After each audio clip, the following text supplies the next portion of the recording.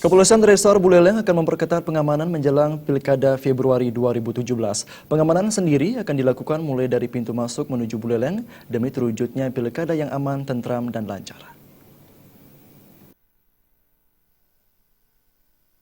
Kapolres Buleleng Made Sukawijaya mengatakan deteksi dini dilakukan terhadap daerah-daerah yang dianggap rawan.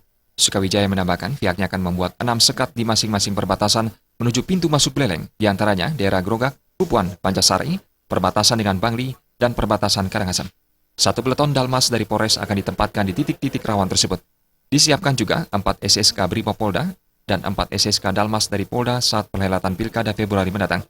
Pelibatan kekuatan polisi dalam Pilkada dipusatkan di Singaraja. Zona kerawanan akan dibagi menjadi 3 zona, yaitu Barat, Tengah, dan Timur.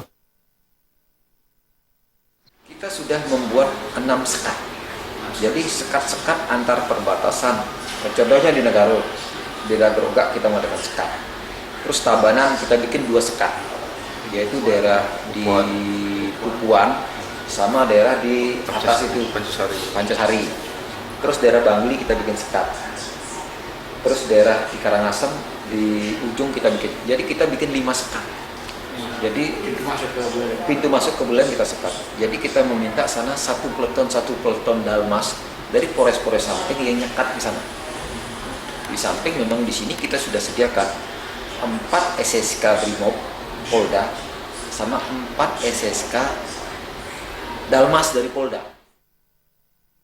Kapolsek Sukawijaya berharap pilkada nanti aman, tentram, dan lancar. Komang Yuda, Bali TV.